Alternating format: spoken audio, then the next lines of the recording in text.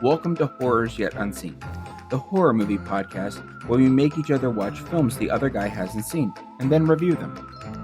Each episode will have spoiler-free reviews, followed by no-holds-barred spoiler-full breakdowns.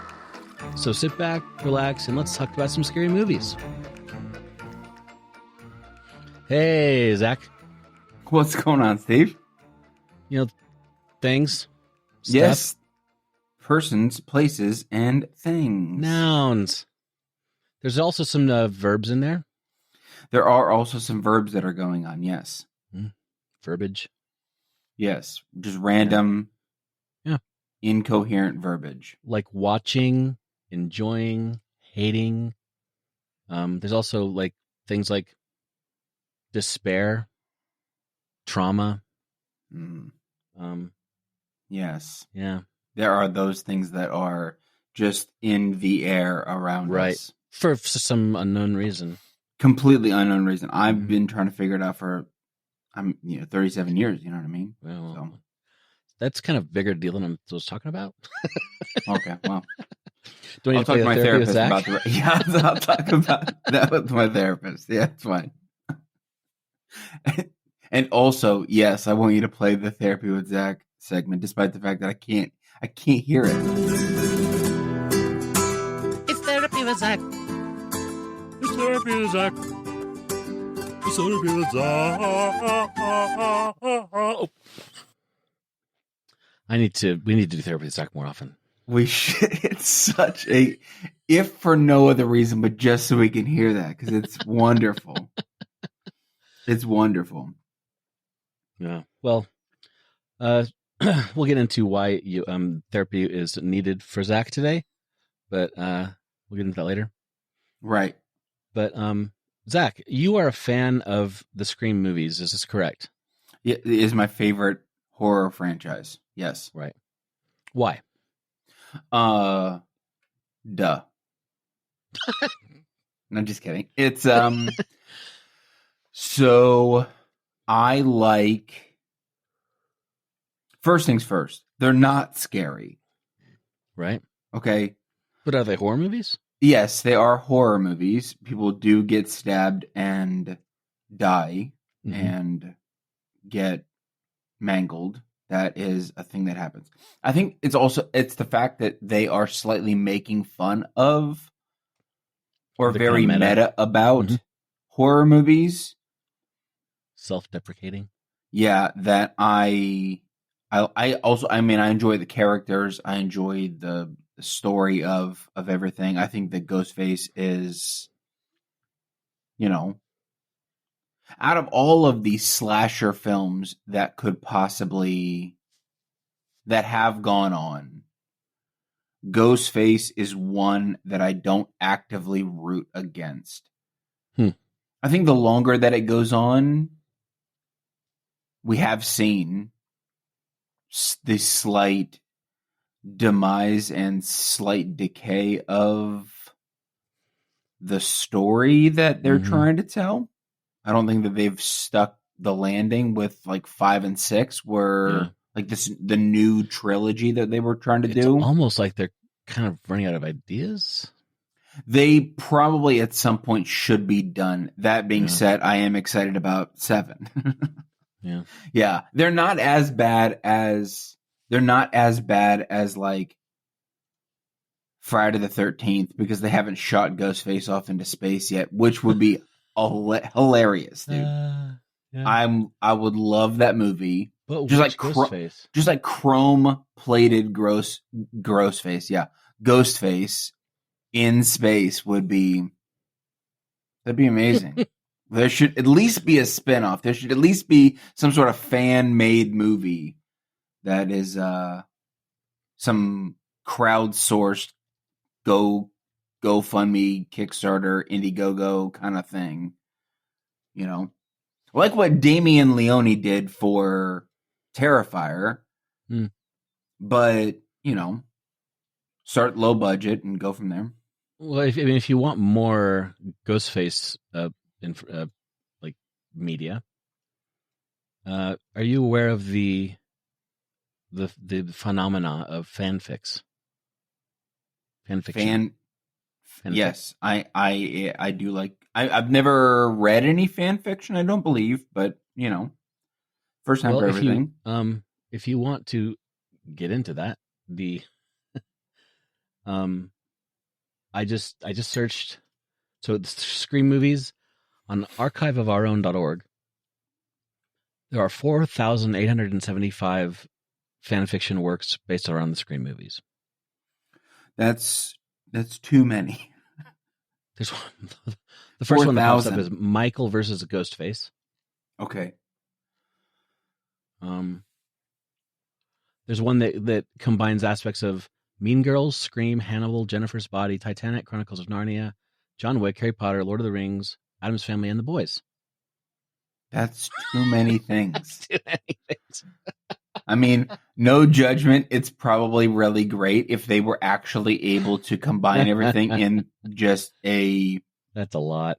Horror stew that is this. That'd be crazy. Here's one that's a crossover of Lord of the not Lord of the Rings. It's a crossover of Game of Thrones and Scream. Tell you so what. Basically medieval Scream, which is basically what that is, right? Yeah. Okay. Well. Anyway, so so you have an outlet possibly for that. I have an outlet. Yes, I think that's kind of why I would like to see it kind of get back on track, though. I'm slightly hoping that 7 is it.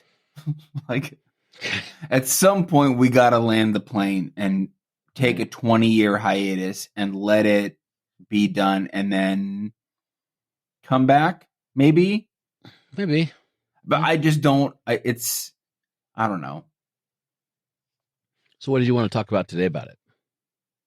It's freaking off the rails is what's happening. There's a cuckoo bananas train that's freaking left the station, and I want to talk about what's kind of going on and maybe share with the listeners some of our predictions about what might happen in February of 2026. February.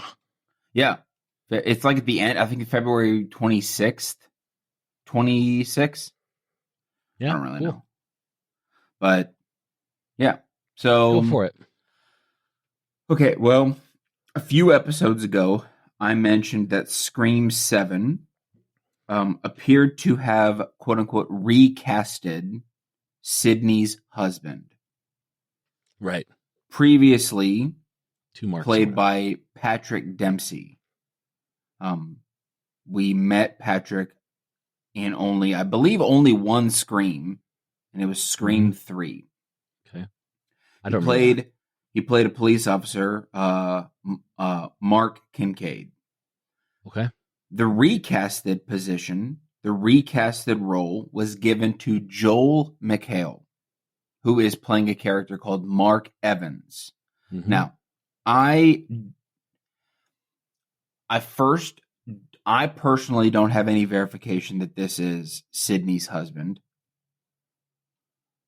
Like actual verification that it's Sidney's husband. But if it is, super curious as to why Dempsey's not here. She could have very easily just simply got remarried.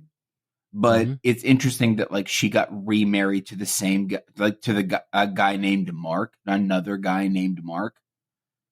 I don't know. Maybe she likes Marks.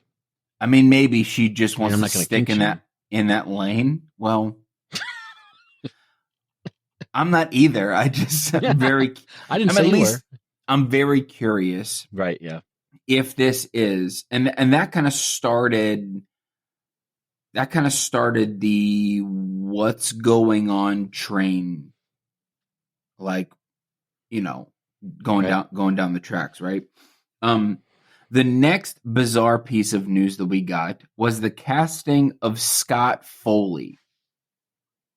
Scott played Roman Bridger in Scream 3 as Sidney's brother. and Oh, right. Roman was a Ghostface killer. Okay, he was Ghostface in Scream 3. But here's the kicker: Scott was shot in the head. Roman was shot in the head. He died, as all Ghostface do in every single Scream movie. Right. He died, but they casted him in as a role. I'm assuming Roman. He's going to reprise his role. But that's a little bit more bizarre than the recasting of Sydney's husband, right? Yeah, like the IMDb doesn't show a character name for him; it just lists him in the cast. Yeah, his character name. There's only because he was already a massive main character in Scream 3. There's no way that he's not playing Roman. The question is, how is he playing Roman? Like a flashback, maybe, or because they did this in 5 and 6, where Melissa Barrera's character Sam Carpenter is Billy Loomis's daughter. right. And she didn't know. And she did not know. But she's having these, like, the ghost of Billy Loomis is kind of coming to her and talking to her. It's like her inner serial killer kind of tendencies, right? That she's trying to suppress, but also slowly giving into because she stabs people a million times. And I mean, epigenetics is wacky.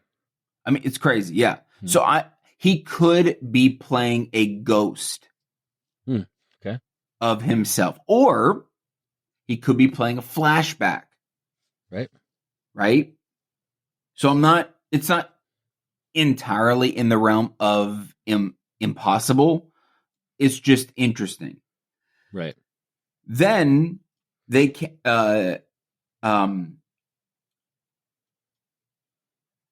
cast Skeet Ulrich, who is Billy Loomis.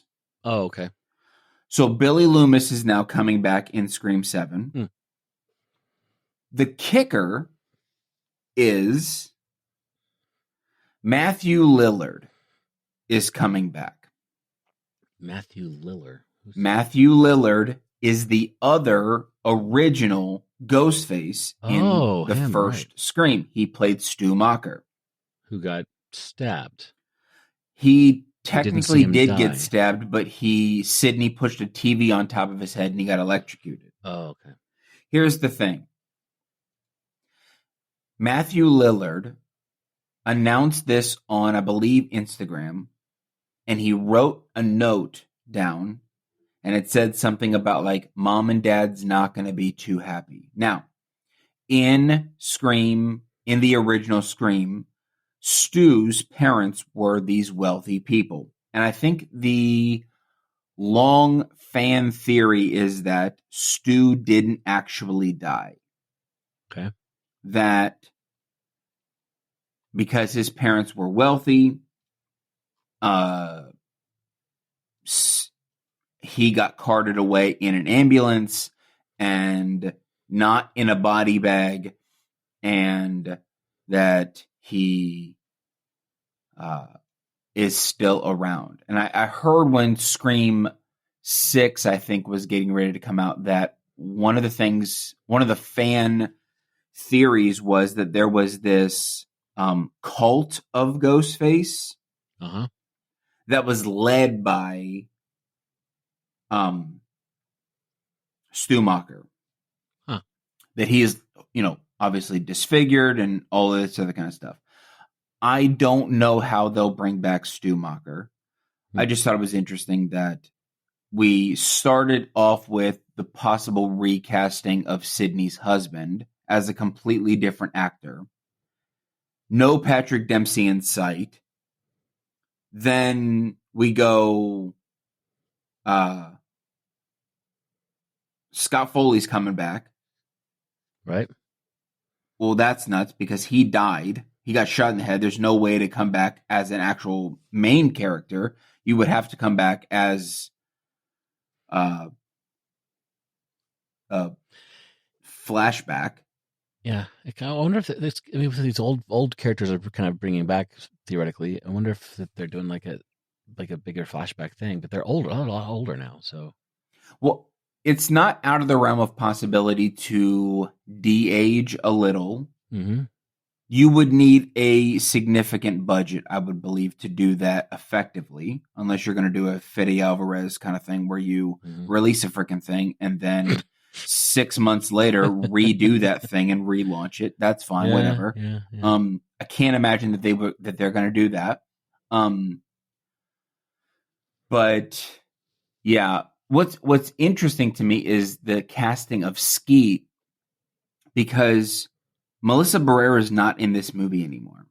Mm-hmm. I mean, it'd be wild if she showed up, because do you think they're gonna just pretend she didn't exist, or they're gonna like kill her off on the background or something else? I think that they're going to do exactly what they did with Sydney when they ran into quote unquote studio issues with pay or whatever. Yeah, they will go. Sydney can't. She moved away. Oh, right. Like Gail did that. Gail will be like, "Oh, well, I just spoke with Sydney. She's off in Seattle and living her life and everything." And they just wrote it down like that in the script. They could do that where Sam got away. They could do the Sydney thing with Sam and bring Sydney back as a main character. But I don't know why they would bring back Billy Loomis, because I don't know why they would bring back Billy Loomis, because Billy's connection to the movies anymore was Sam. So I think that, I don't know that we know who Sam's mom is. So there could be a reveal that somebody in the cast who maybe isn't necessarily announced is Sam's mom, and that could be a giant reveal. I don't really know that for sure. Anyway, but with all of this being said, I thought it would be fun to go through the character, the IMDb announced cast, and predict incredibly early, like a whole year early, who we think might survive, who we think might die, and who we think the possible multiple Ghostface are. There typically are about 2 Ghostface minimum, but with the introduction that Stumacher could possibly come back and be a live character, it's possible that there may be more Ghostface than just 2, which would be crazy. Your early prediction that you texted me was that everyone's going to die, which was wild. I think that'd be amazing if they ended the franchise right here with like everyone, like Sydney just kills everybody and then just walks off into the sunset, and like there's no more Ghostface because Sydney just went ape on everybody and just shot it. Like, it'd be crazy. Yeah.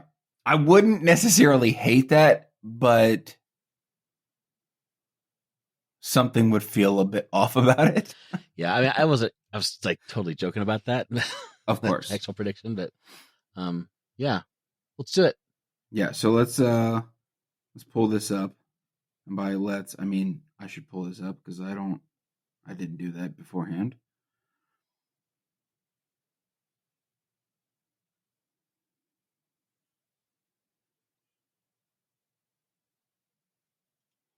All right.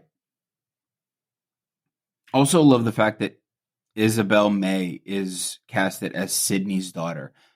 Like, she doesn't have a name on IMDb yet. It's just Sydney's daughter. Her name's probably like Perth. I don't know. It's Sydney. I'm just making Australia jokes at this point. You're hilarious. I know. Call her Adelaide. It's a place in, There you go. Exactly. Exactly. Yeah. Okay. So let's just start at the top there with Isabel May. Isabel May. Yeah. Is Sydney's daughter, in your opinion, do you think that Sydney's daughter is survive, killed, or Ghostface? I am going to just come right out of the gate, and I think she's Ghostface. Because that would be a crazy twist that Sydney's daughter would be Ghostface. Here's my prediction. Here we go. They're going to move back to town. She's coming with she's coming in with a daughter. Okay. Old Mark is dead. New Mark is Joel McHale. Okay. New husband. Yeah. And everybody like jokes like thinks it's the same Mark, but it's a different Mark. It's like a running joke. Okay. That he does not like. He hates it. Yeah. Yeah. Yeah. Now, Sydney's daughter doesn't get much attention from her anymore because she's like too. I don't know. She's messed up from the past, and she's wanting to get attention from her mom, and she thinks Mom's obsessed with this Ghostface thing. I want to be Ghostface to get attention from my mom, and she's going to do that, and that's going to be the whole thing. And she's going to kill her mom. She's going to kill her dad, and then I don't know who. And there's going to be lots of flashbacks showing Matthew Lillard and Scott Foley and all these guys, and for whatever, I don't know why, but then I think that she's going to Sydney is going to have to kill her own daughter. That's crazy tension. I'm here for that. Yeah. Something about that is both satisfying and dissatisfying. The problem that I had with 5 and 6, not necessarily 5, it was more 6. It was the reveal of Ghostface. The fact that it was, I didn't like the two people. I mean, it's always been two people. What was dissatisfying about it was the fact that it was like, it was Sam's boyfriend's family. Has it always been two people? Really? Always. Oh, what am I thinking? I don't know. I guess I didn't like it either. I can't remember why. It's been a while since I saw it. Sorry. It's always been two people. But you have, it was, yeah. It's always somebody close to Sydney. That's the thing. Mm-hmm. If Sydney is there, it's always somebody close to Sydney that she has trusted, which is why I'm not entirely ruling out Patrick Dempsey being in this movie. Right. Because I think it'd be nuts if he's quote unquote dead, but it's really Patrick Dempsey is a killer. Patrick Dempsey is Ghostface. You know, because Patrick Dempsey was,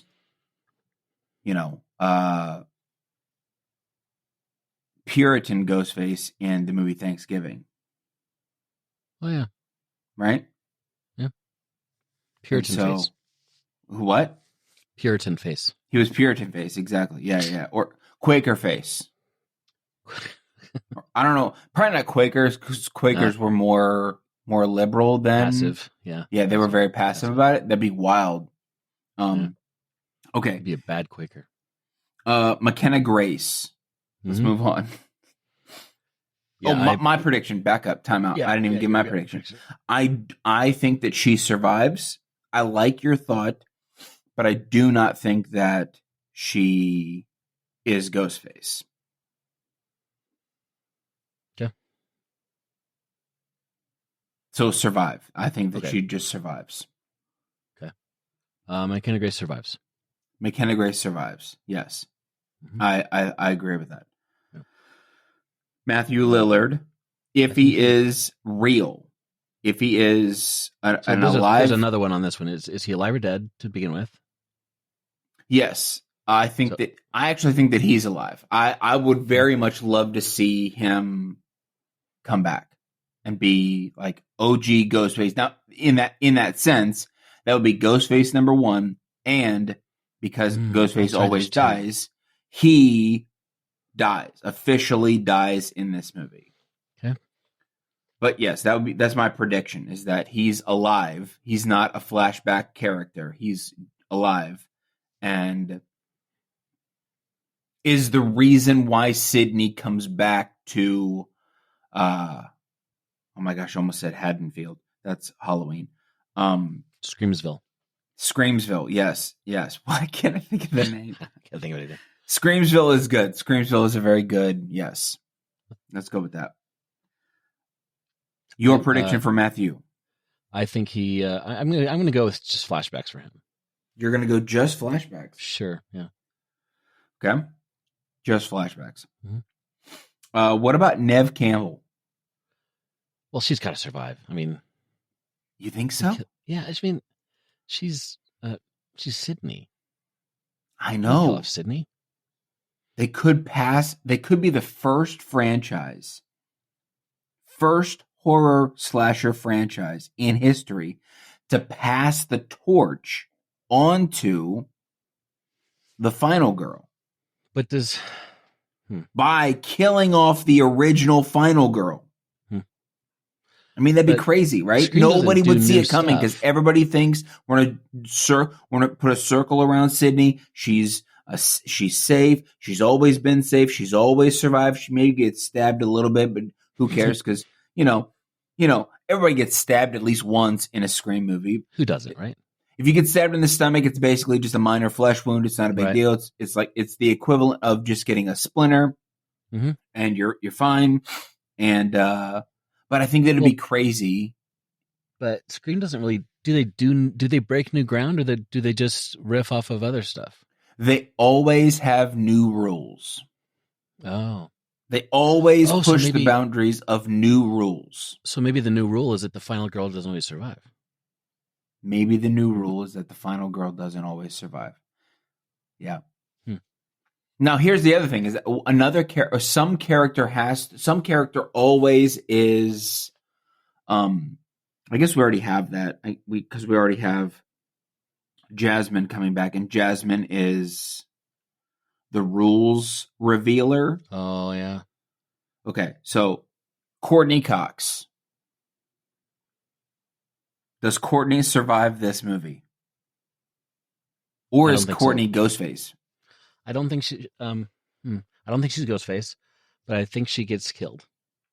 Yeah, because she's sad about her husband, right? Dewey died. Yes. Yeah, and she wants to.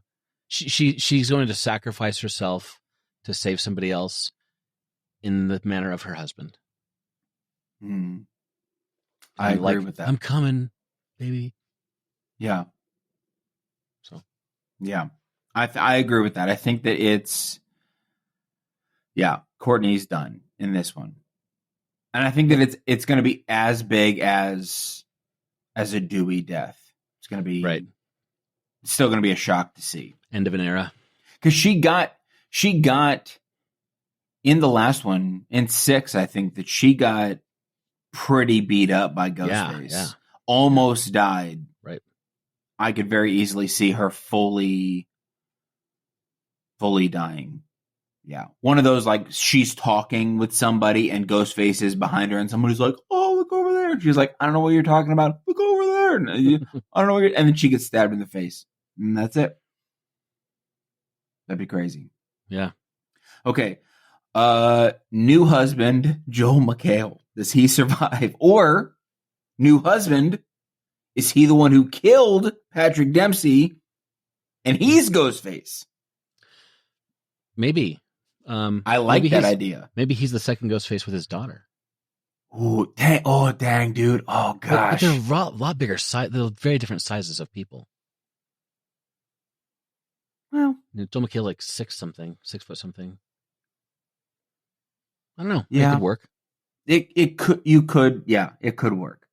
Because I don't think that. Well, the first movie, the 2 guys were very different heights, right? Yeah, when Ghostface is running at you, I don't think you go, oh, you're 5'7", oh, you're 6'2". Like, nobody's... Nobody's piecing any of that together. Yeah. Yeah, and the trauma of Sydney's life just gets worse and worse because now her husband and her daughter are the killers. Wow. I don't know. It's unoriginal. I'll say that. For Joel McHale to be Ghostface would be partially lackluster, partially unoriginal, because I feel like it's predictable.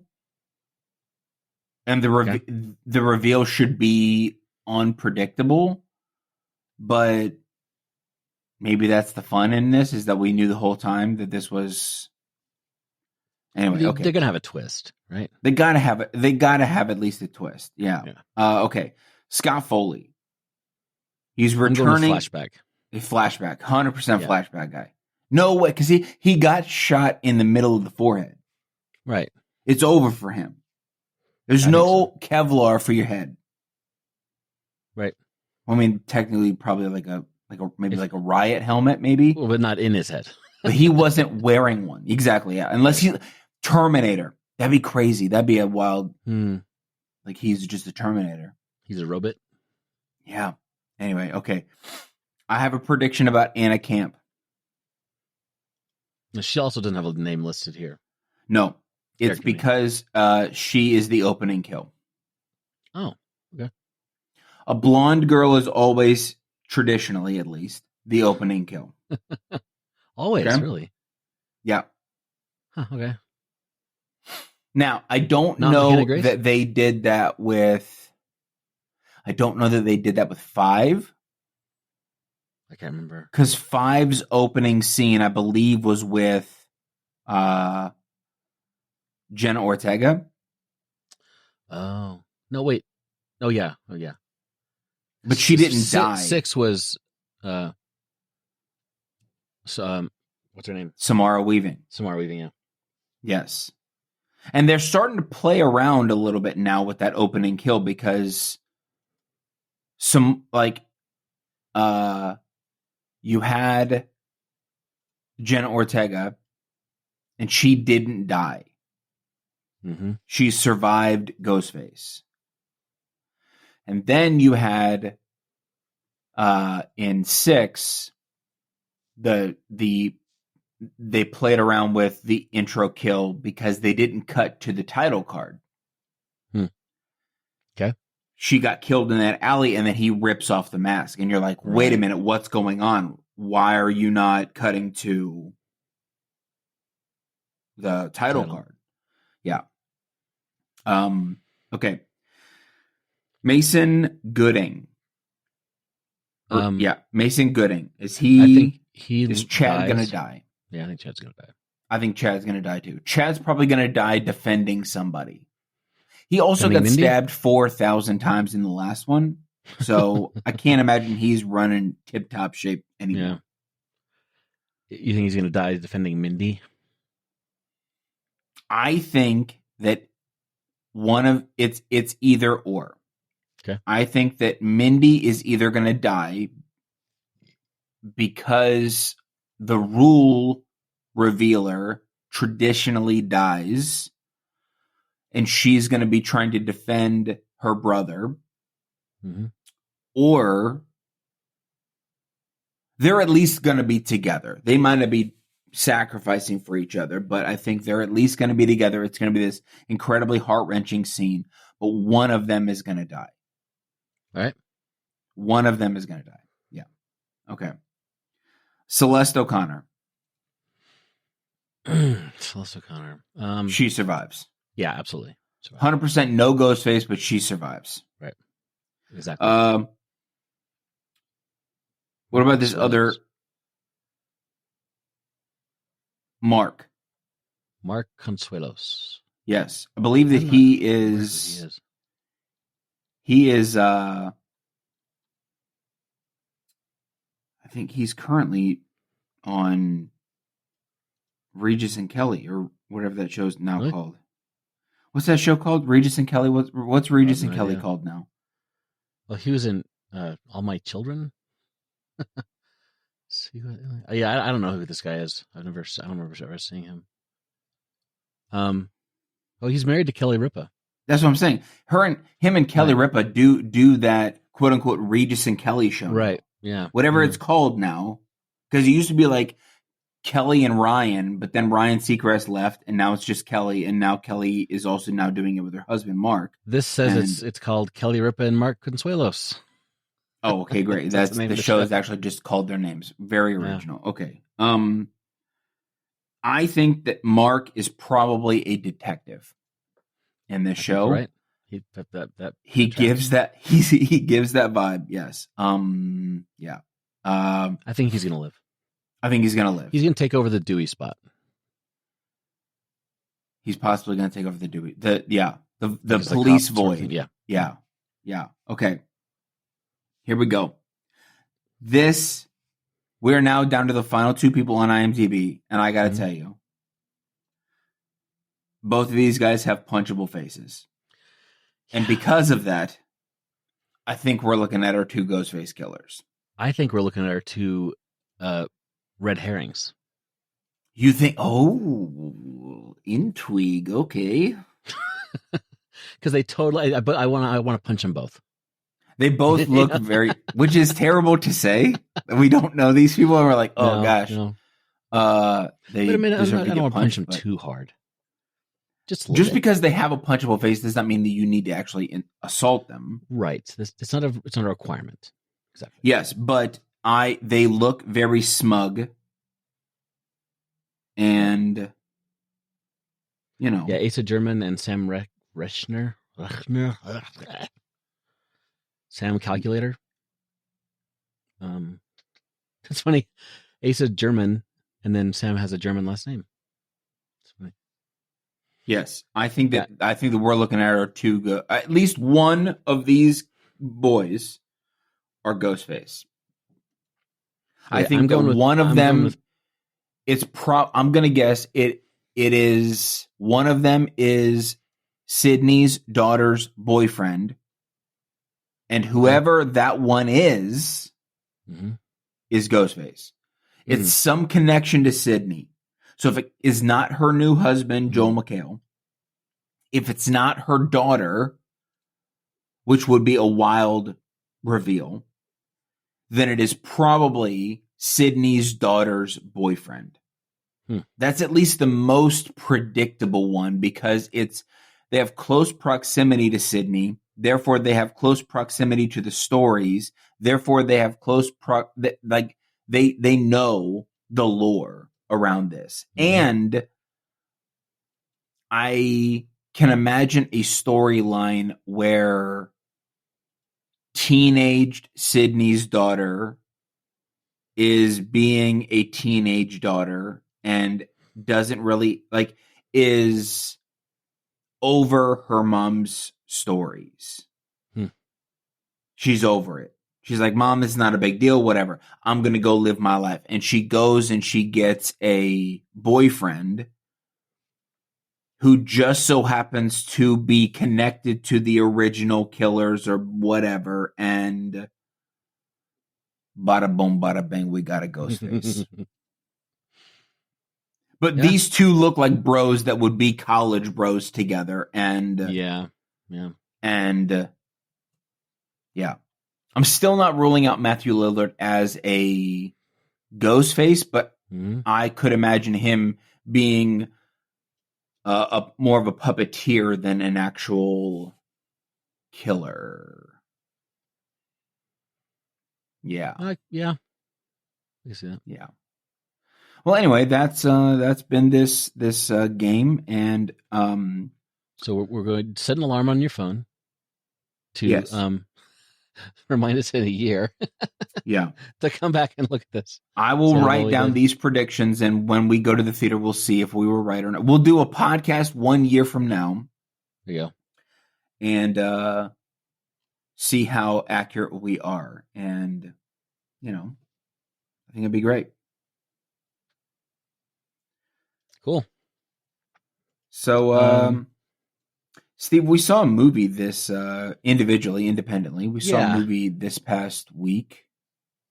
Yeah, and I just did you put a video up of yours? I did, yeah. I apologize. My ADHD kicked in. I didn't get it right. I meant to go see it like 12 times. So, don't give me the whole review. What was your summary of the review? That's what I wanted to find out. My summary of the Of review Companion. was, this is basically a 5-star movie, like four and a half, 5-star movie. Agreed. I think that I'm thankful that I didn't see the movie trailer until after I saw the movie. Because I cannot believe that the movie trailer literally gave away every single major plot point of. Did it? There are scenes from every single like major twist and reveal in that movie trailer. You don't know it going in, but once you watch the movie and you then look at the trailer, you go, well, that's a twist. I don't have a problem with that, because if you don't know what those things are, like for the example, like I think every trailer I've seen, so the first trailer doesn't have as much of that going on, right? Like, and I don't want to say like what some of those twists are, but because I really think going into, everybody should go see this movie sight unseen. Just trust us. But like the one big twist about her is not in the first trailer. Is not in the first trailer. Not. But there is, in the first trailer, there's her covered in blood. But you don't know why. But you don't know why. What? Yeah. Yep. And there's her like with her hand on fire, and you don't know why. Yep. The first trailer was a lot creepier. Like, whoa, this looks really creepy. Yeah. But then that's what drew me into this movie. Yeah. That was basically my review, is that I saw the teaser and I made the assumption that this movie was Jack Quaid is a bad boyfriend who has possibly kidnapped his girlfriend or wife or whatever, or just this random girl, and he's lighting her on fire for no reason. Like something is just a classic kind of like romantic like horror kind of movie, right? Yeah. But the actual trailer for the movie, so that's the teaser, the actual trailer for this movie, I think fully gives away major plot points that I did not want spoiled. That when the first twist happened, I literally grabbed the hand, like the armrest. Oh, really? And went, oh, because I did not know. I couldn't. I was like, what? Yeah, that was crazy to me. Yeah. Okay. Then you slowly start to do more twists and turns, and you realize that same first twist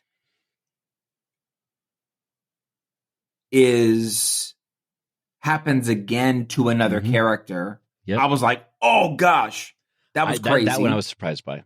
Yep, that one I was surprised, and so but that endeared me to this movie. Not so much that I could look past its flaws. I don't think that it's without its flaws. I just I'm not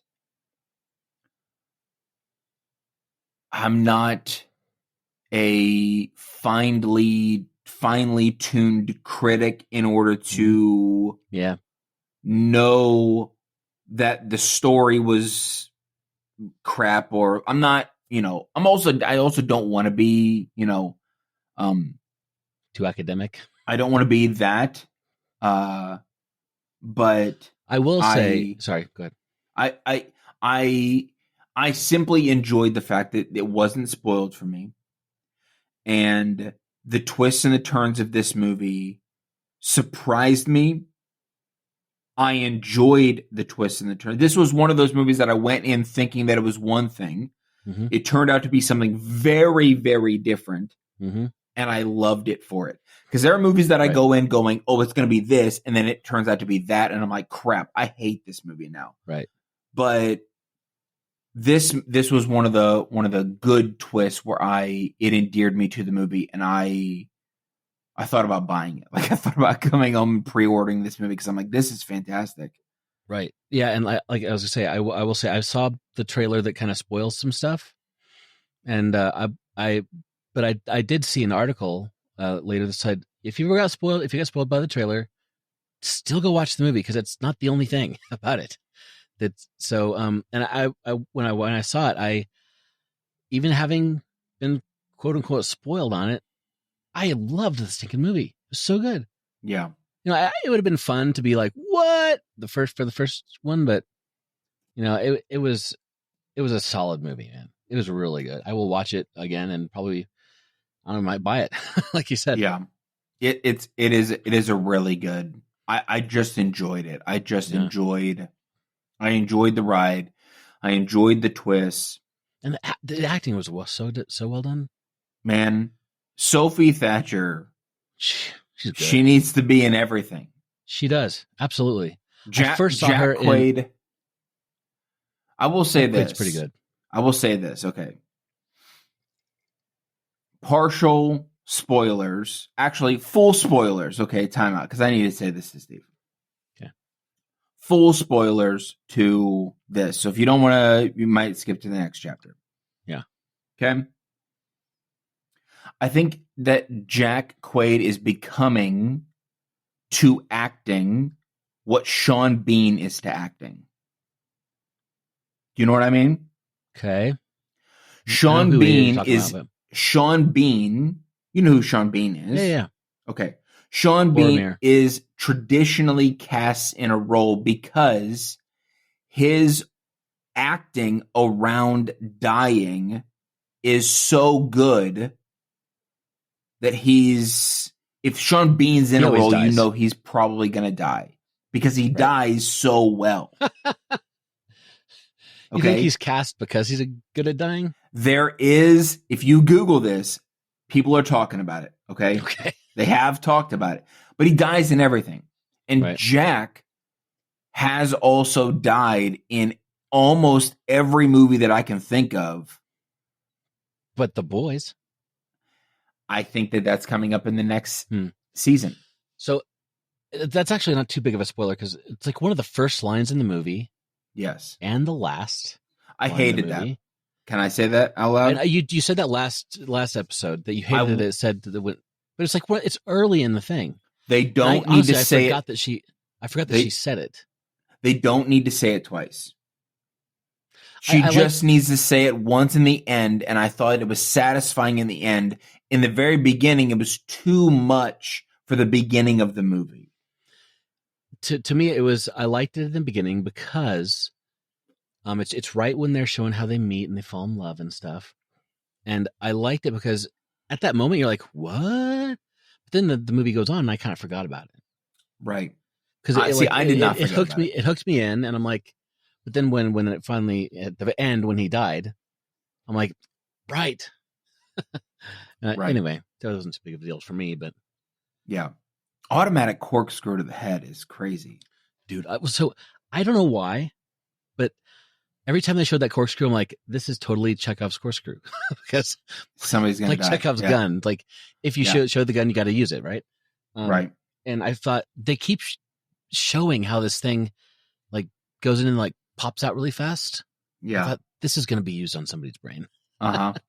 Or an eye. I thought eye. Or an eye. Okay. Yeah, eye. Because it was the pop of the corkscrew, right? Or the cork. It was the fact that they put it in, and it would, because everyone that I have seen slowly pulls the cork out. I've never seen one eject the cork like it's a freaking bottle rocket. Yeah. And so as soon as I heard the first pop, actually, as soon as I heard the second pop, because they used it twice at least, the second time I was like, dude, this is definitely a murder weapon. Yeah. And it's for somebody's eyeballs. Somebody's going to stick this on somebody's eyeball and pop the eyeball, and it's going to be crazy. Side of the head was still satisfying because you looked at his eye and his eye was very not there anymore. Just like she had to shoot her head to the side. It was like the same spot. Yeah. It was, Yeah, that was slightly, but I was in for it. That was my only critique of the movie is I did not think that opening line needed to be the opening line. I thought we could have easily led into the movie. It could be taken away, and you could say it at the end of the movie, and then it is satisfying. Yeah, but to sandwich the movie in between these lines, it's one of those. It's kind of the same kind of a trope in my mind as the show a thing at the beginning and then like 2 hours earlier, that kind of thing. Right. Which can get old, but I don't know. It didn't bother me. I don't know. It didn't break the movie. It didn't break the movie for me. It was just a personal preference because I didn't think that you should set the movie up with the or maybe you could do a modified line where you go that you sandwich the movie between these two lines, but start off with the best day of my life was when I met Jack Quaid. And then you alter the same line, finish it off, and then you finish it off with, and the best day of my life was when I met him and when I killed him. Yeah, and you sandwich the movie in between those, but you modify the line to not spoil something immediately. But do you think they'll do is this sequel worthy? No, don't do a sequel. Good. Thank you. Yeah, I don't think so. Don't do a sequel. They could do that like at the very end, like. There's lots of other bots that look like her. But yes, that's what they showed in the mid-credit scene was that there are other bots. Yeah, that I mean, and I can see her like doing the Westworld thing and like trying to like liberate all the bots. But, yeah, I don't want to do that. Great movie. Go see it. Love it. I think I'm going to see if I can talk Christy into going to this one because it's a good. It's not. She doesn't like horror that is like stressful and anxiety inducing. And this is more like a thriller adventure type sort of thing. So right, definitely. But she'd love it. Cool. Well, Zach, Steve, we have assigned things to each other to watch. Correct. Would you like to move on to the movies? Let's move on, bro.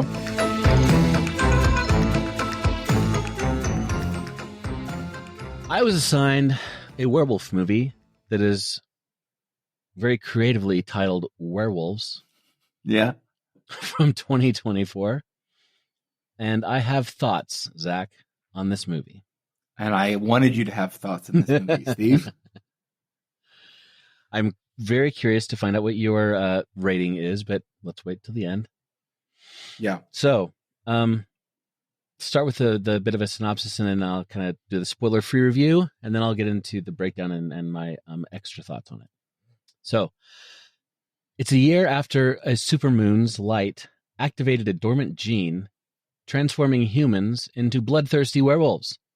And of course, and causing nearly 1 billion deaths. So pause on the, why didn't the dormant gene like turn us into like apes? Like what the, anyway, sorry. Because this movie does not respect evolution. This movie is anti-evolution. Is this a young Earth creationist movie? It might be. Okay, and causing nearly 1 billion with a B deaths. Billion deaths. The nightmare resurfaces as the supermoon rises again. Is this a spoiler-free review of this movie? This is the You've basically given away the whole movie. Dude, this is the synopsis straight from Letterboxd and everywhere else. Okay. This is crazy. Yeah, I know. It's also the opening title of the movie. Right. Like, the very opening first 3 seconds of the movie. Crawl of the movie is this, yeah. And I did take some spoilers out of the thing, though. So, two scientists attempt to find a cure or a way to stop the mutation, but will they succeed? Can they save their families from the oncoming onslaught of lycanthropes? that was my line. Yeah, lycanthropes. Okay. So this is a melodramatic masterpiece of filmmaking schlock. Good grief. No, schlock is a technical term. Yeah. I'm just simply saying that 37 years on this planet, I've never heard the word schlock. It means it didn't sound great. It means cheap or inferior goods or material or trash. Uh-huh. I think I could pick that up from context. Yeah. I could assume it's not a positive, it's not a positive comment, So schlock movies are like the Birdemic one. Like they're trashy on purpose, right? They're the whole purpose is they're goofy and like a butt boy. Stop. If you're looking for a movie about werewolves that is so predictable that you can basically watch the first 15 minutes and know exactly the rest of the movie, this one is for you. If you want a movie that is with terrible writing or cringeworthy acting, this is the movie for you. If you want a werewolf movie with all the tropes, oh my God, all the tropes, then this is for you. Yeah. But if you want a movie that is in any way good, this is not for you. Yeah, you should stay away from this one. Or I should add, and this weighs heavily in my spoiler-full review, if you want a movie with more, brace myself, more horizontal blue, like lens flares everywhere, Zach, then this is the movie for you. Yeah, it's like the director took a seminar from J.J. Abrams, and he was so fanboyed out that it's either that or the cinematographer, learned today what lens flare was, and it blew his mind. So he's like, every scene needs to have intense lens flare. And the weird thing about it is it's not normal lens flare. It's like this horizontal lines. I looked it up. I'm like, why? It's not like the lens flare that you usually see that has kind of like they're all like hexagons and stuff. This is just literally horizontal lines. And I looked it up, and it's like you have to have a special kind of lens that will do this, like an aspherical lens, which this is all like it's all post lens flare. This is not lens flare. Listen, this is all on his writer. He was like, do you want me to direct this movie? Give me this lens. I need Cheetos every day. And then I need just gallons of chocolate milk. Yeah. And then also this particular lens that does this. Right. It is the quintessential lens. If you can't get this lens, I'm out. I don't think it was even that complex, Zach. I think he went in and edited it later, and he's like, lens flare. Okay, lens flare. It's all After Effects. Yeah, okay. But but that also plays into my theory that he learned what lens flare was that day, and he this movie was lens flareless. And then he learned what lens flare was, so he added it to every scene. I have a better theory. Okay, here we go. They shot the movie, they edited the movie, and they're all drinking one night at the bar afterwards, and they're all proud of themselves. And one guy's like, "You know, it'd be really good. Like, this needs to be a little more like dramatic. Anytime you want drama, just put in a blue lens flare." Yeah. And then he calls his editor. He's like, "Buddy, put in the lens flare everywhere."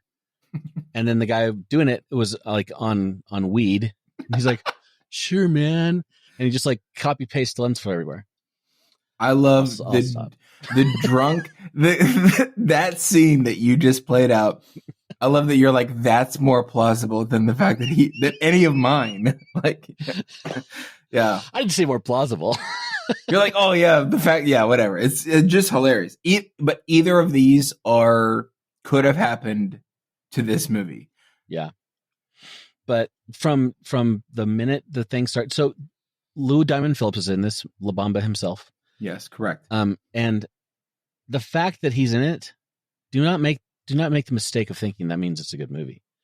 They had just enough budget to get him for about 30 seconds of the movie, maybe 2 minutes. And then he's not in the rest of the movie, really. So he's in like 4 critical scenes, and like that's it. Right.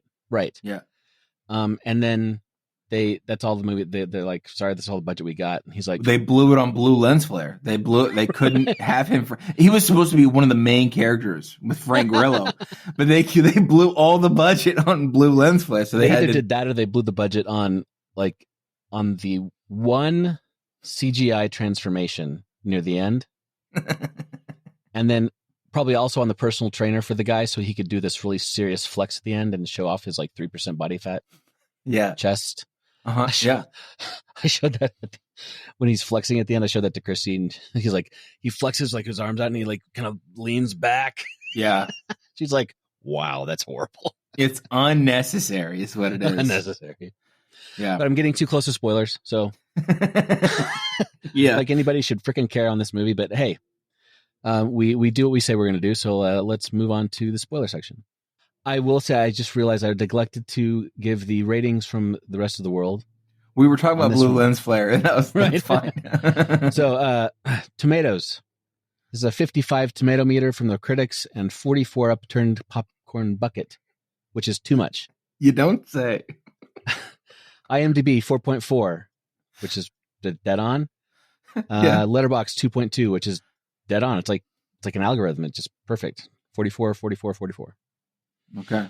Anyway, and mine is like a whopping 1. I'll give it a half star.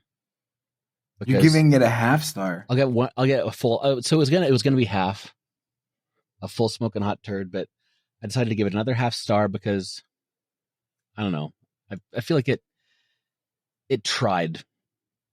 Also, the purpose of this movie is not to be a good movie. I can tell it's supposed to be a little bit schlocky, a bit goofy. Yeah, but it's still hot garbage.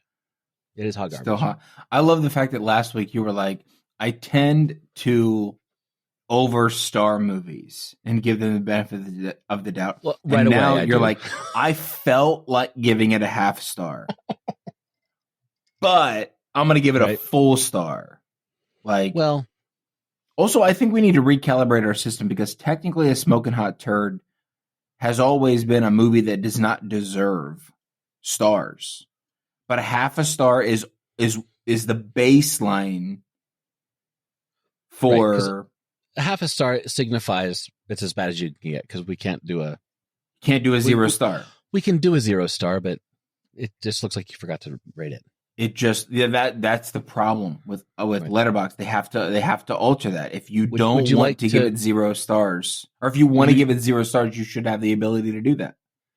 I maybe I can go back to our first episode and last year, and I can copy the section where you go on and on and on and on and on about that, and I can paste it here. First things first. Your words are hurtful. Okay? You added one too many ons. Oh, I did? Oh, okay. Sorry. Second, the reason I went on and on and on is because we dedicated an entire freaking episode to me ranting about all these movies that are complete garbage. Yeah. So please don't add. That'd be a 4-hour podcast at that point because nobody wants that. Nobody wants to listen to me whine anymore. So yeah. Anyway, 1 star. One star, whole star for me. 1 whole star. Wow.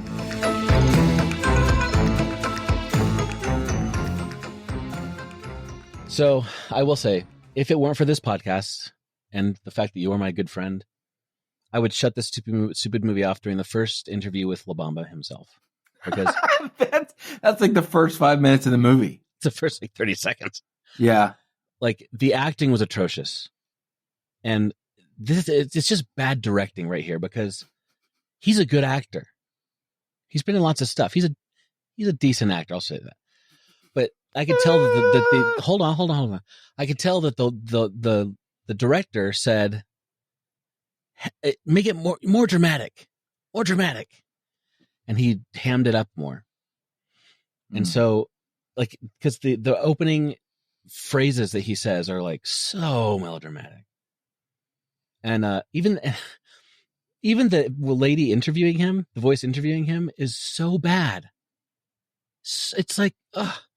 I showed that to Christy as well, and she's like, "Is that an AI voice?"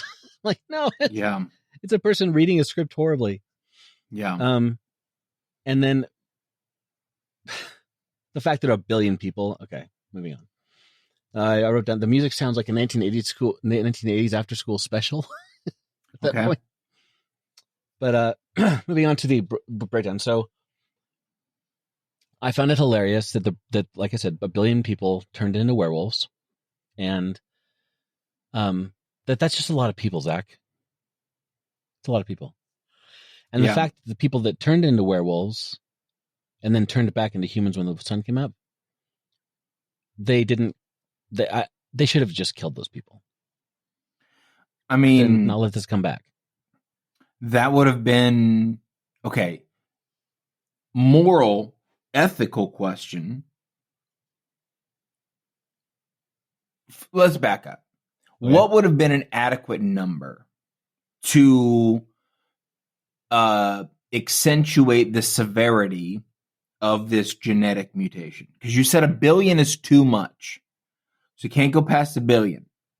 Billion's too much. Or maybe is 1 billion not enough? I think anybody who turns into a wolf, you either off them or you put them on Antarctica or something. That's the second question. We're back at the first question. How many is enough? How many? You said 1 billion was too much. What will be your number? Any of them.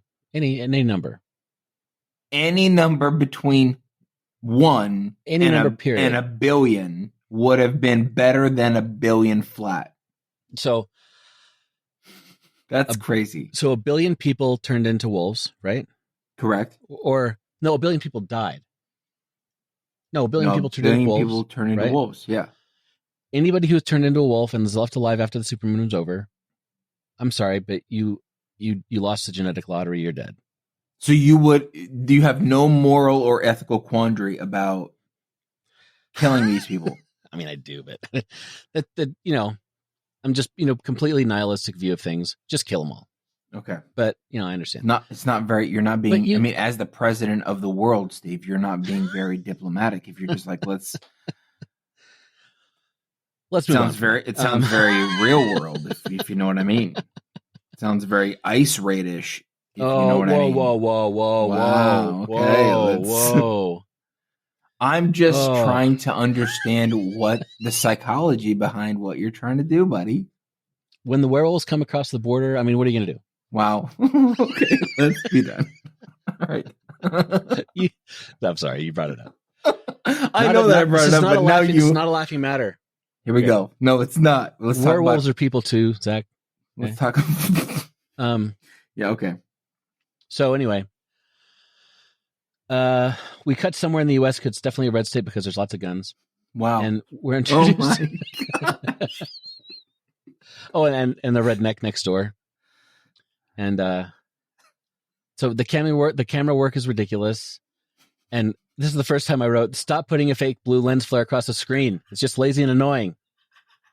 How far into the movie are you before you're annoyed at lens flare? Like 5 minutes. So we're introduced to Wesley, who's a rugged guy who's clearly going to win the movie because he's got a beard and he's always kind of sweaty and he's got big muscles. And he's a firefighter and he's former military and he doesn't want to go wherever he's supposed to go because he has no choice. I got to go help. And it's like this dude, he looks like freaking Rambo. Yeah. And it turns out he's a scientist. What? Dude, intelligent people can be muscular. Whatever, dude.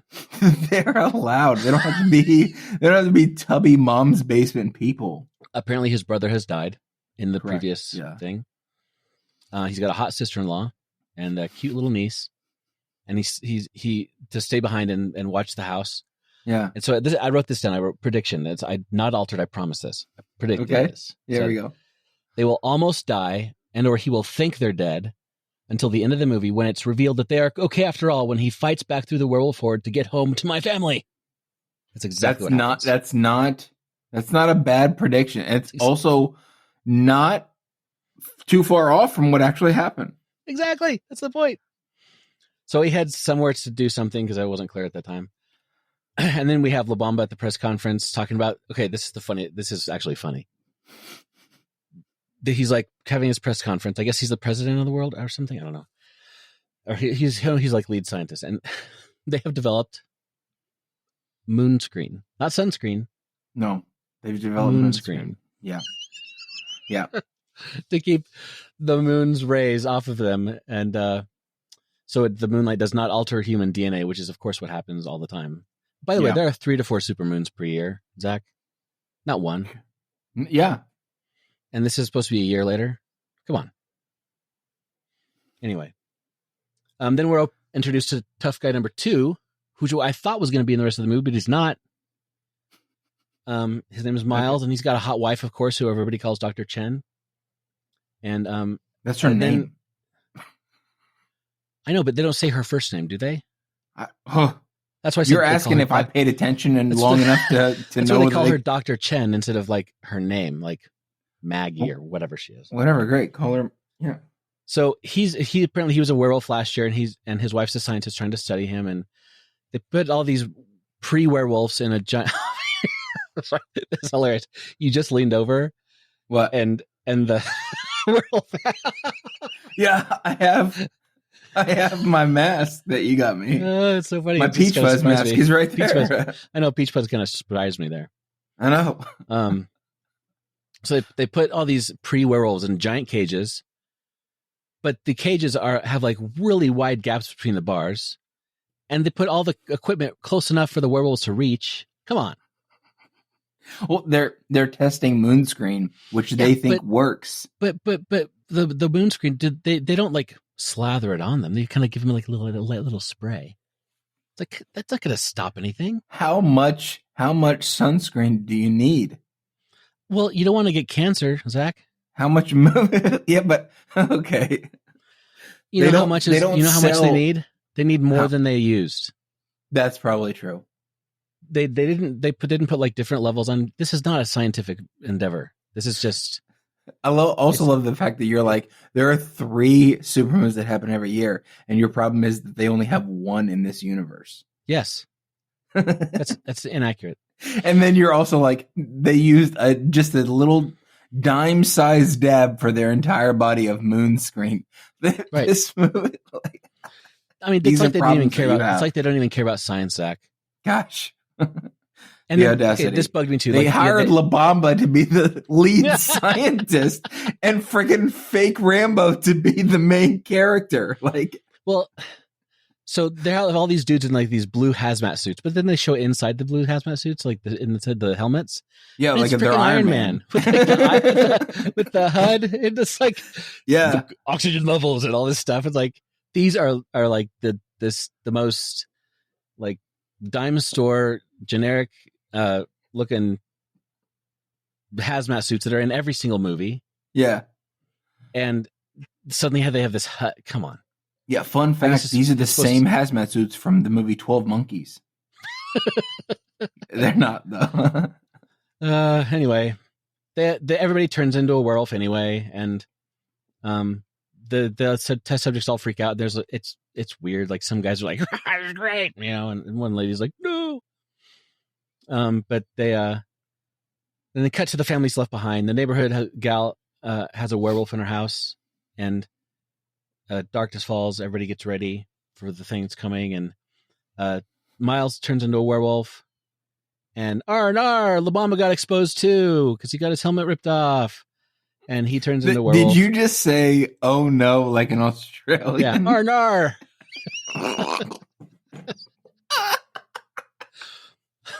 Good grief! So the werewolves like reach like easily out of the cage and grab everything and start destroying things and rampaging. And here's the thing: none of these cages, regardless of the bar size, werewolves are like superhuman strength, like have superhuman strength. Right. So when I first watched this, I shouldn't say first because I didn't watch it a second time. But I didn't have a problem with the bar size as much as I had like these cages. No, in no way, shape, or form are gonna be able to hold a werewolf. Right. Like, also, why are you testing? Anyway, we could dive deeper. Don't ask questions. It doesn't matter. It doesn't matter what the questions are because the answers are there was no thought. They spent too much time thinking about lens flare and not enough time in the script. Yeah. So this just sets up the situation where all the werewolves get out that they're studying, and Dr. Chen and Wesley are the only ones left apparently, and they band together to get back to their families or whatever. And then this I couldn't believe this. They just witnessed none of the Moonscreen working, right? So they're like, let's put on the moon screen before we go out. Yeah. No. You get a freaking hood on and you put something over your face. And then that's what they did later. They threw a tarp over themselves. I know. And then Ruh-Roh Raggy, the neighbor, turned into a werewolf. And he put those like colors across his face. Imagine the guy with all the guns and the barricade and everything like that. None of it works. No. And then Lucy, his sister-in-law, calls Wesley, freaking out, and she's like crying. Ah! And then neighbor gets it, and then suddenly she's after that she calls him and freaking out, and now she's like a stud with like a gun. It's like complete shift of character. It's weird. Wes and Dr. Chen are trying they crash. Now they're on foot. She gets ready with there's like a fence and a protection system all around the house that she gets ready. It goes back and forth between Wes and Chen and Lucy. But so Lucy or Chen reminds Wes when they're going out, she's like, the werewolves want to attack you. It's like, no, really? So he pulls a toxic masculine and says, well, you better stay close to me then. Yeah, come on. Yeah. Anyway, and at one point, the wolf's nose is literally 12 inches from them, and you're telling me the wolf didn't smell them? I mean, come on. I have Parkinson's disease, and I could have smelled them.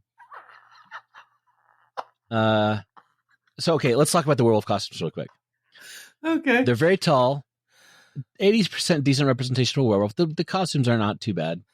They're a bit cheesy, but I think they only have like 3 costumes that they have to share around. Okay. Anyway, back to Wes and Chen. The dumb watch beeps to tell them that their moon screen is running out, and it tracks all the werewolves. And then suddenly the moon screen has to be cool. Yeah, it's got to be a certain temperature. Yeah. My word. So the guns don't work on them. By the way, anybody would have that temperature control system in their house when they go to Walmart and they buy the moon screen. Absolutely. Sure. Yeah. Totally. So they throw it in the lots of stuff happens back and forth. The neighbor guy, the neighbor redneck werewolf is trying to get into the house, and they're trying to get the other Lucy and Wes and Chan are trying to get through the streets. Lots of almost getting killed, and the blue lens flare. I swear, this is actually the point where I texted you, and I'm like, 60% of this film, and I'm still dealing with horizontal blue lens flare. Yeah. And then a guy did get his face ripped off. That was kind of cool. Why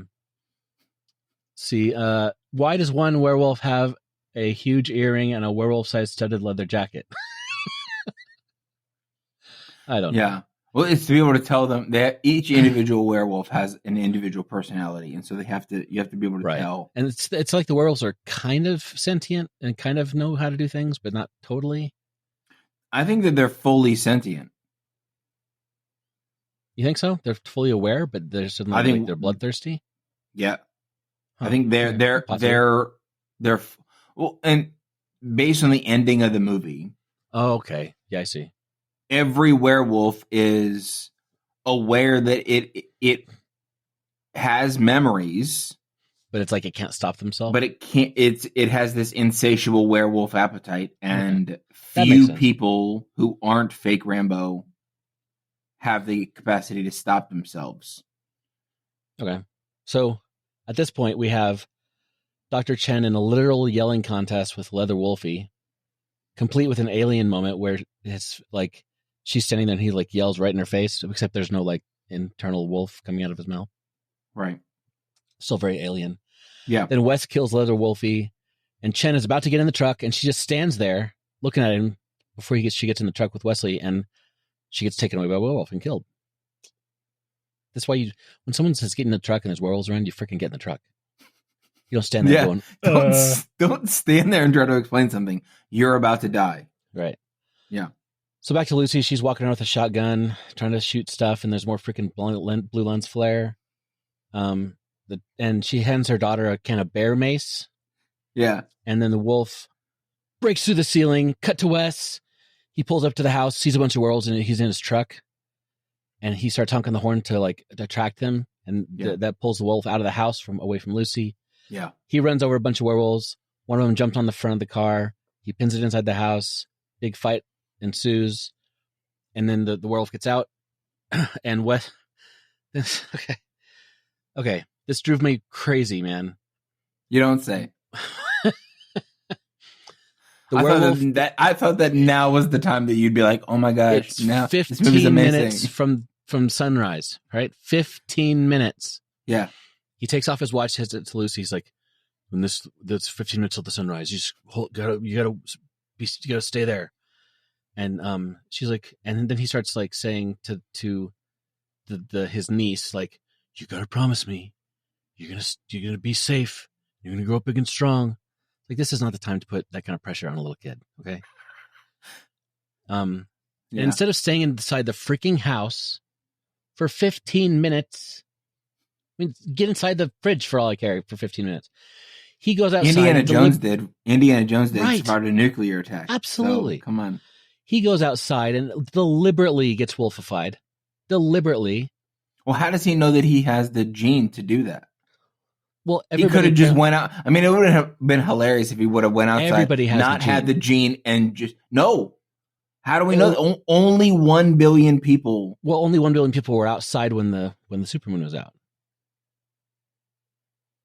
Okay, your logic makes about as much sense as the rest of this movie, so I'm just going to go with it. That's because nothing makes sense, dude. Nothing makes sense. But he goes outside, but deliberately becomes wolfified, and then we get and this is where I think 40% of the budget was spent on the CGI transformation. But now we get some werewolf on werewolf action, right? Not the good kind. Well, plenty of blue lens flare in case you're wondering. And Wes walks over as a werewolf and just like casually tears the head off the other one. It's not even much of a fight. He just tears the head off. And then he goes, it's like, did he not think of the fact that he might be dangerous to Lucy and the kid after that? No. Worst decision ever. So then he's coming into the house and it's like, you can tell he's like battling with himself and she found one shell left. You know, she's going to use it on him if she has to. And she's like, look at you remember who we are? And she's begging him not to come in the house. And then the watch beeps and she's like, oh, and she shoots the wall where the sun comes in and hits him. And he becomes this muscly man who leans back and shows you his abs that are like an 8-pack. And then Wes stands up and everybody smiles and he helps her off the floor and roll credits. End of movie.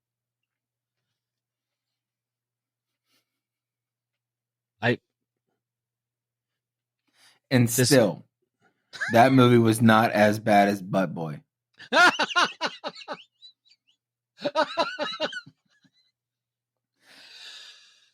I want it to be clear. I want it to be very freaking clear. Well, we're about to get there. Hold on. Don't spoil it. I think I did. To wrap this up. Here we go. If you like this kind of movie, if you like the schlocky, goofy, stupid for the purpose of being stupid and ridiculous, you'll probably kind of enjoy this. If you want to not think about anything, turn your brain off and watch some random violence, fine. But I would not really recommend this to people unless they like that specific genre of movie making. So, and what I'm hearing from you is that you only want me to recommend these types of movies to you. I would have to rewind the tape and let you listen to what I just said, Zach. Okay. But yeah, so Werewolves 2024, 1 star from Steve. Never again. Take it away, Zach. Here we go. Oh wait, I didn't hear. Oh wait, back up. What was your rating of that movie? Oh, I rated a 1.5. Oh, okay. 1.5. That's acceptable. Yeah, it's not good. Right. It's not good, but it's also like the amount of illogical decisions in this movie, both by the direction and the actors, is laugh out loud hilarious. Yeah, it's pretty bad. Yeah. It's not a comedy by any means. No, it's not. But yeah, this movie is it's not meant to be a box office smash. This movie is like, hey, we have extra money left over. But it was actually released in theaters. That's what surprised me. I know. Yeah. So anyway.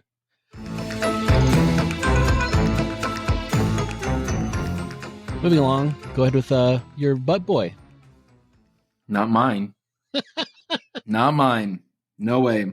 Okay. Here's the deal. I wrote this particular section of the non-spoiler review before the ending of this movie.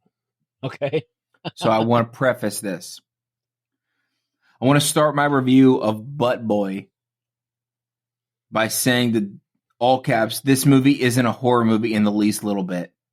Oh, come on. It is too. All caps. Okay. It is a horror movie with 15 minutes left to go. That's it. Okay. Literally, I wrote this down. Rotten Tomatoes, mystery/thriller. Metacritic, crime, sci-fi, thriller. Google, thriller/sci-fi. IMDb, crime, sci-fi, thriller. Prime Video, the freaking place that I went to watch this movie. Comedy/mystery. And Letterboxd was the only place that I could find. Comedy/thriller/horror/fantasy. I have problems with all four of those. Okay? I have problems with all four of those. All I'm saying is this. I think we're playing a little loose and fast with this horror term. And Butt Boy is where I'm drawing the line. Okay. Okay. Okay? The metrics of this movie. Rotten Tomatoes, 71%. I don't even know if I want to speak to these people ever again who rated this movie 71%. 70% popcorn meter. 70% of the audience who went to see this movie is liked it. Yeah. IMDb 5.6. Letterboxd 3 out of 5. I have a problem with this movie, Steve. Okay. The synopsis. I wrote this synopsis down. You should have a problem with this movie. This is me, not Google, not IMDb, not Letterboxd. I wrote this synopsis down. This is a heartwarming story about a family that is torn apart by intense tragedy, with the hopes of being reunited one day. That is the synopsis of this movie. Okay. I made that up. That's very interesting. My spoiler-free review. Here is my spoiler-free review of this movie. Okay. Let's time out for a second. Not in real life, but actually just in the podcast. You know who Cinema Joe is, right? No. He's on TikTok. Okay. If you saw his face, you would probably know exactly who he is. The silver dude? Huh? The guy with the silver paint on his face? I don't know what you're talking about. Somebody else, go ahead. Cinema Joe rated and reviewed the movie Werewolves. 2.5 stars. And his review says, oh, this guy. Lens flare, the movie. That's his review, by the way. I forgot to tell you back when you were talking about your movie. I thought that was really funny. Okay, back to my movie. Yeah. This is my spoiler-free review of the movie Butt Boy. Okay, I've got problems, Steve. I can't even, every time I say it, I got real problems. Yeah. What can be said about Butt Boy that would be appropriate? This is something that I've been trying to figure out all day. Okay? It's been something I've been trying to figure out all day. This movie shouldn't be watched. Like, under no circumstances should this movie be in your wish list, watch list, recommendations list, up next list, any list, period. Now that that's out of my system, For now, here are my spoiler-free comments. This movie is about a guy named Chip. After a doctor's appointment, Chip discovers that he has a talent. He then uses this talent in weird ways throughout the movie. Time passes and he gets connected with an AA program. He then gets connected with a detective as his sponsor. Chip is this detective's sponsor in AA. And that's where things start to spiral for Chip. The acting of this movie is very mid. The story is weird and low quality. Though it's slightly original, I guess, if I had to be positive. Yeah. The characters aren't exciting at all. If you told me this was a drab British comedy, I'd believe you. But it isn't. And doesn't stick the landing. Though, maybe better said, I'm not too sure what landing they're trying to make. In conclusion, this movie isn't worth your time. I'll save my rating for the end of the spoiler section. So let's proceed with the spoiler-filled review.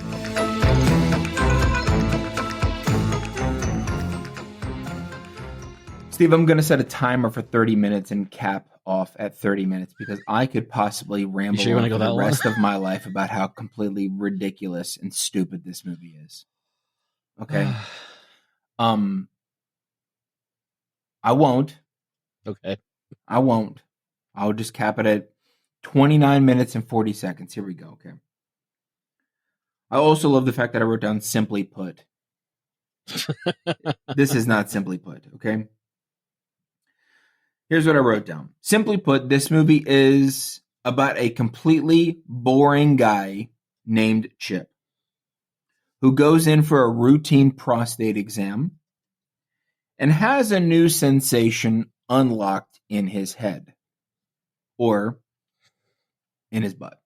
Okay. Chip's butt journey starts at 40 when the doctor sticks his unlubed finger up Chip's butt. That was crazy to me, by the way. That scene was wild to me. That doctor was way too aggressive. Bedside manner, 0 out of 5. 0. 0 out of 5 stars. Would not recommend at all. No. Which is needless to say, wow. Okay? Then we see Chip's face as he realizes this isn't painful, but surprisingly pleasant. The immediate next scene, Steve, hard cut. The immediate next scene. Yep. Chip and his wife are enjoying themselves. Well, Chip is enjoying this, and she is just being there as a slight participant. And Chip goes, "Hey, will you do this thing?" And she's like, "Stop moving my hand." Okay? Chip doesn't know what to do with himself.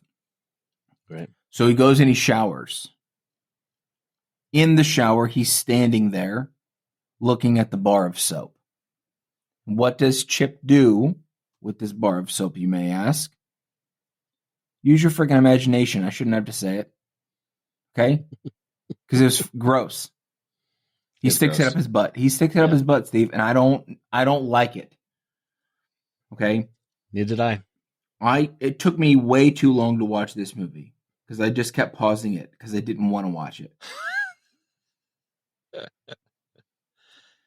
Chip then puts the TV remote up his butt. Okay? And then he goes and mows the lawn. Hey, you're just lucky he didn't put the mower up his butt. We'll get there.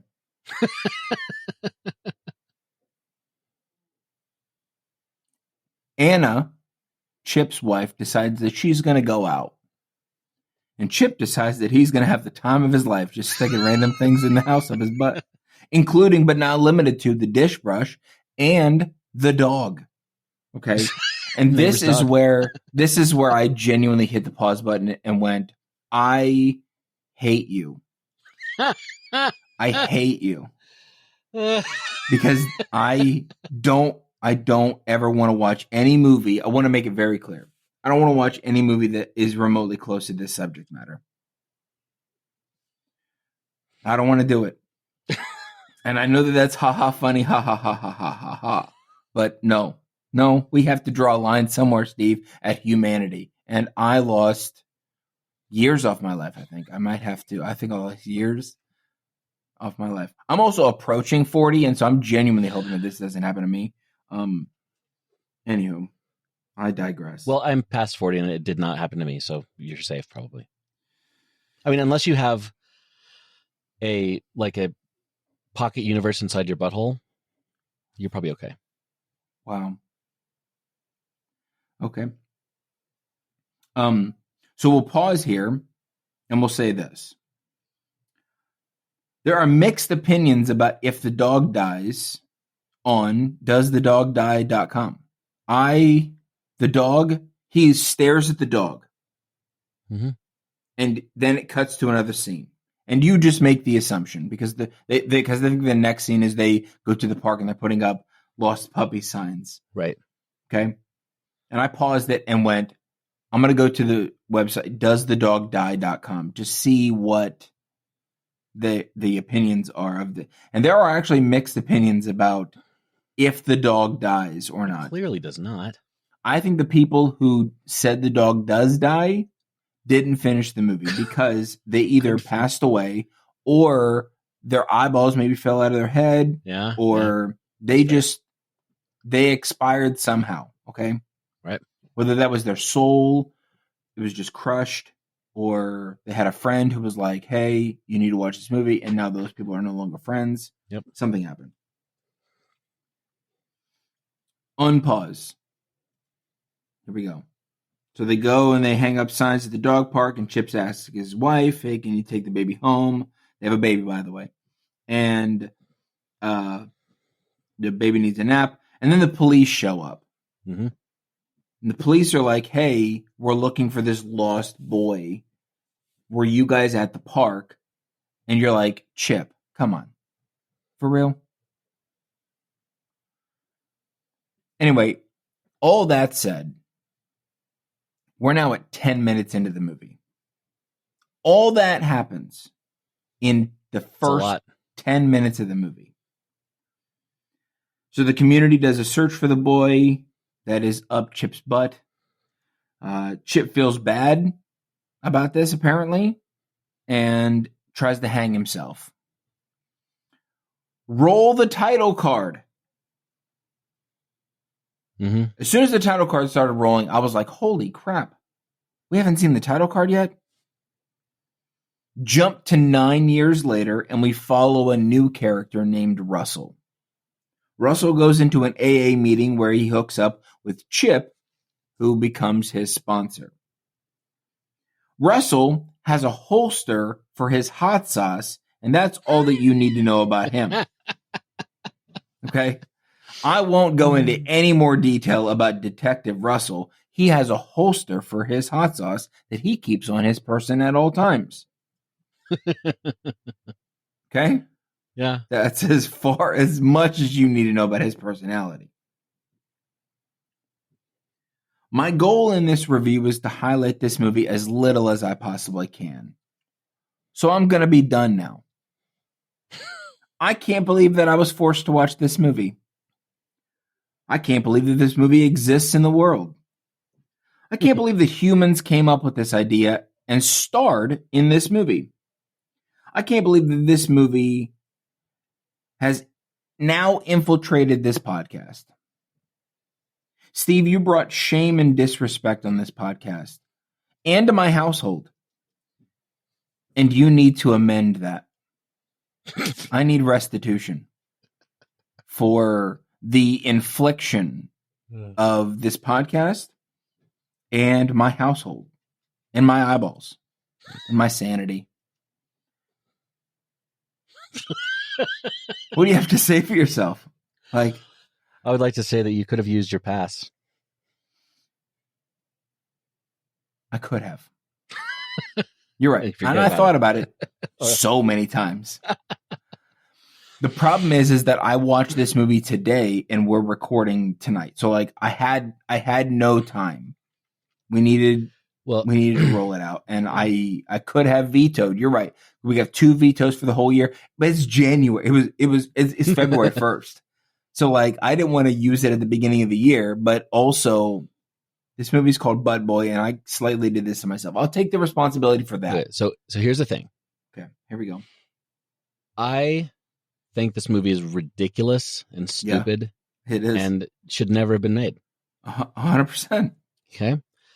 But at the same time, it is so beyond reason and like decency and likelihood.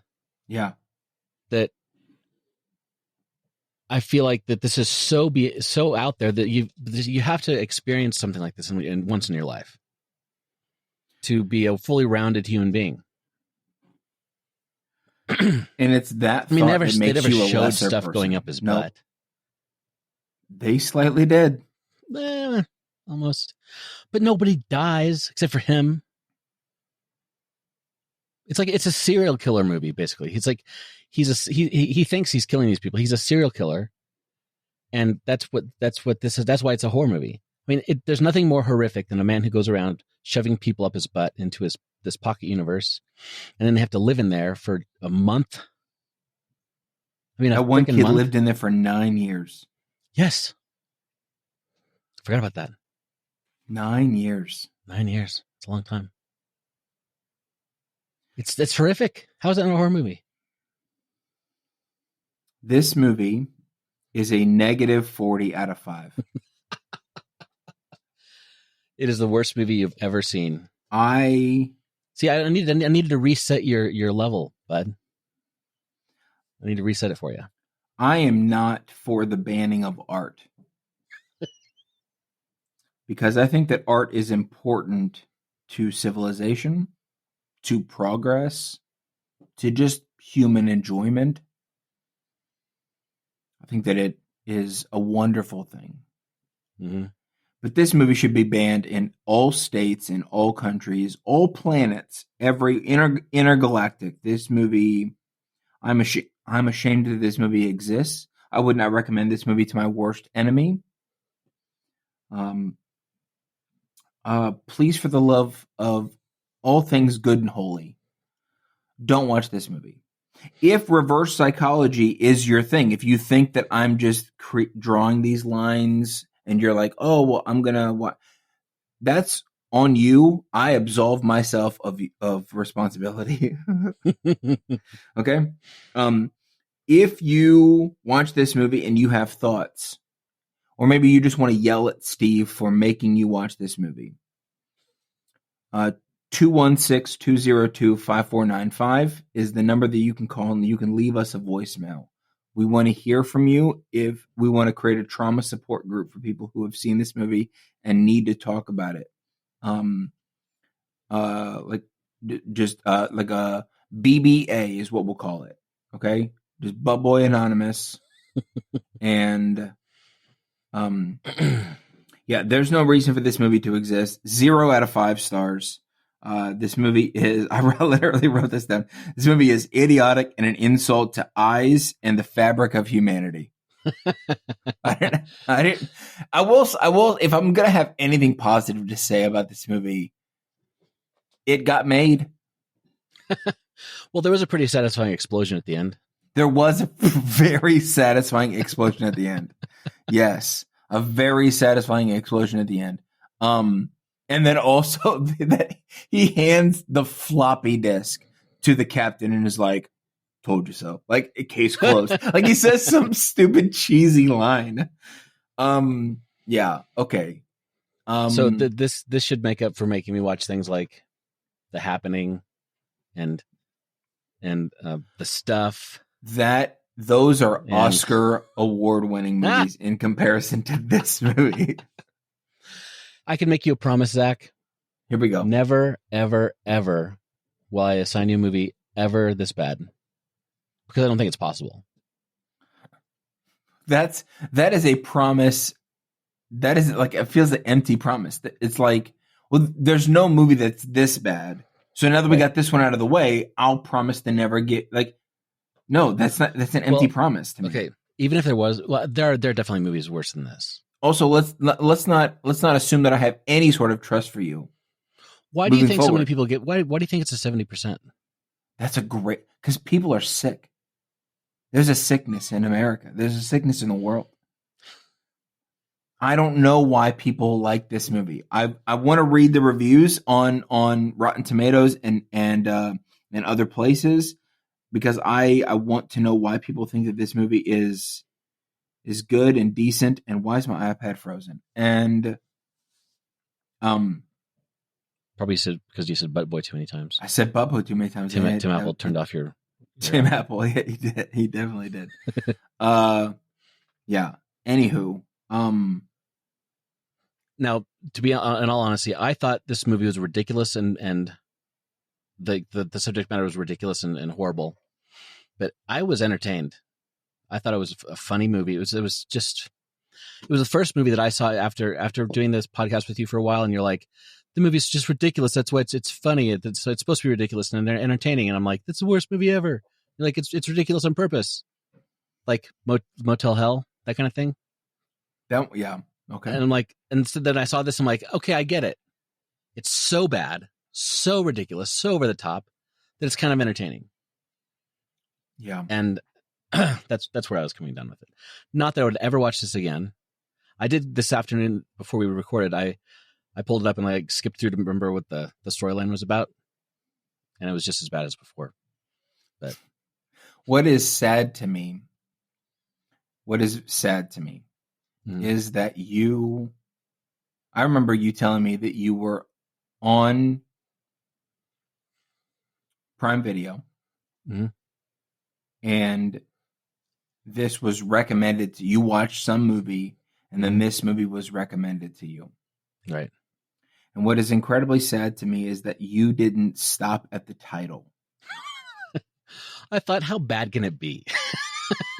And that is why you are, Steve, I think you might be too good. Then it became a train crash that I couldn't stop. You might be too good for this world. Your level of naivety, if that's the word, your level of gullibility or your level of optimism that things are not as bad as they are is just astounding to me. It's astounding to me. And please stop. And just, I think this is why you and I are good, because I just full pessimism. I would never willingly watch this movie, and I slightly still didn't. There were parts of me that very much rejected this movie. And then there are other parts that I will carry for the rest of my life. Yeah. So did you happen to look at any of the Letterboxd reviews? No, I did not look at the Letterboxd review. I want to go. Okay. I want to go back. My favorite review. It's really short. It says 3 stars. I have witnessed the Lord today. Oh my gosh. It's too much. It's too much, Steve. So, I hope you're happy. This podcast got a little worse because of this movie we talked about this movie too much. Well, there's nowhere but up, buddy. You gotta hit rock bottom before you can get back to the top. Okay. I've witnessed the Lord today. Yeah. Yeah. Just what? I love Saber's Park. It's just what? Just what? That is that's their review. The third act was something else, man. Yeah. Um. So Anyway, I'm sorry that I this caused is you so much trauma. reverse swallow. Yeah. Oh gosh, this is crazy. This movie's bad. This movie is bad in every single sense of the word. It's not necessarily the worst movie that we've watched. Birdemic is definitely possibly the worst movie. This one at least had good production value and so forth. This movie at least had good production value. I thought that what I'm going to call the final set piece was very inventive with the red light and the whatnot. Mm-hmm. The funniest line goes to the kid inside the abyss, and he's like, "Fart!" Because there's a fart coming, which is wild. And they hunker down and cover their ears and whatnot, like crazy. Yeah. Surprisingly, the main character in this is not an actor in any other movies. You don't say. You don't say. Okay, well, I would like to move on with our lives. Absolutely. Let's just peel another layer of the onion back. Let's just move on to a fresh start. All right. Again, my apologies for causing the trauma, but just a little bit. Or just a little butt. Of course. Oh. Terrible. Terrible. Oh boy. I want you to know that I thought about a Retaliation movie. Oh yeah. I've thought about it all day. But then I thought, I'm going to get him back, he's going to get me back, and the cycle's just going to never end. Right. And then the podcast is going to be over because nobody's going to want to listen. So, yeah. See, but the thing is, I've given you just beautiful, wonderful Oscar-worthy movies for the past year, so I thought I'd mix it up a little bit. Listen, I didn't get into this podcast without thinking that there are going to be movies that are just, and I never thought that this was the road that we would go down, but clearly I needed to calibrate my compass because, whoo-wee.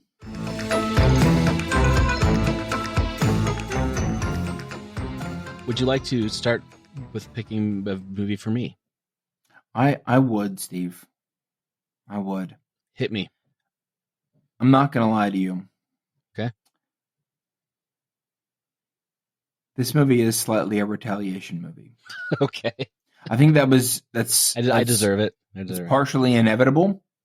But I did try to calibrate for entertainment purposes. Okay. What would be an entertaining watch? What would be an entertaining review? So, Steve, I'm going to assign you the 2024 Russell Crowe classic, The Exorcism. Oh, dude. I asked you to watch this movie and you haven't, okay?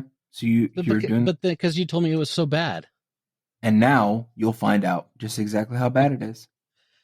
You're welcome. Okay.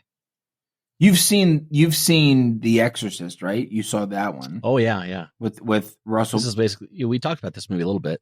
Yes. How it's basically the same movie but bad. It's basically the exact same movie. Yeah. Okay. Yes. Yeah, there you go. It's 2024 The Exorcism. Well, I'm going to give you a movie. Here we go. That I'm really confident that you will like. Because What was your confidence level for Butt Boy? About a 1 out of 100. Okay, so you knew it. Okay, it's a real garbage person thing to do. I don't want you to know that. I honestly thought you might think it was funny. You might hate it. I don't know. You hit 1 out of. All right, this one's actually on your watch list, so I'm hoping you'll like it. Okay. Okay, The Invitation, 2015. Why is my iPad not working, bro? I don't know. it's a thriller horror. It's not a horror thriller, so I don't know what to do with that. But it's on Prime and Freevee and Tubi. The Invitation, 2015, you said? Yep. Okay. I watched the 2022 version of The Invitation, so I was hoping that you weren't totally going to talk different. about that. Totally Very different. The Invitation. Yep. Okay. It's also on Peacock. Fantastic. Yeah, Lots of you can places. watch The Exorcism somewhere. Okay. I don't know where. But this is a completely different movie, completely different direction, very, very different. Did I say it's different? It's because it's different. It's definitely different. You can watch on AMC Plus. Okay. Oh, that's a Shudder. Yes, so therefore you can watch it on Shudder. There you go. Right. Cool. Cool. All right, man. Well, I'm going to go look forward detox. to next week more than this week. Yeah. Yeah. Detox yourself, buddy. 100%. Go I'm watch, going to go date night with Casey and drink all the wine. All right. See you later. All right, man. See ya.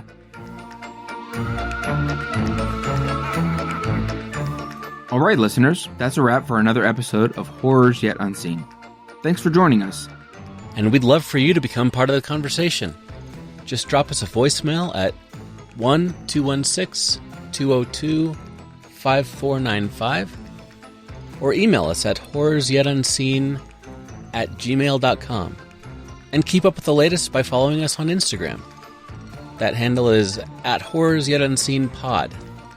We'd also appreciate it if you like and review our show on Apple Podcasts or Spotify. Your support means a lot to us. See you next time.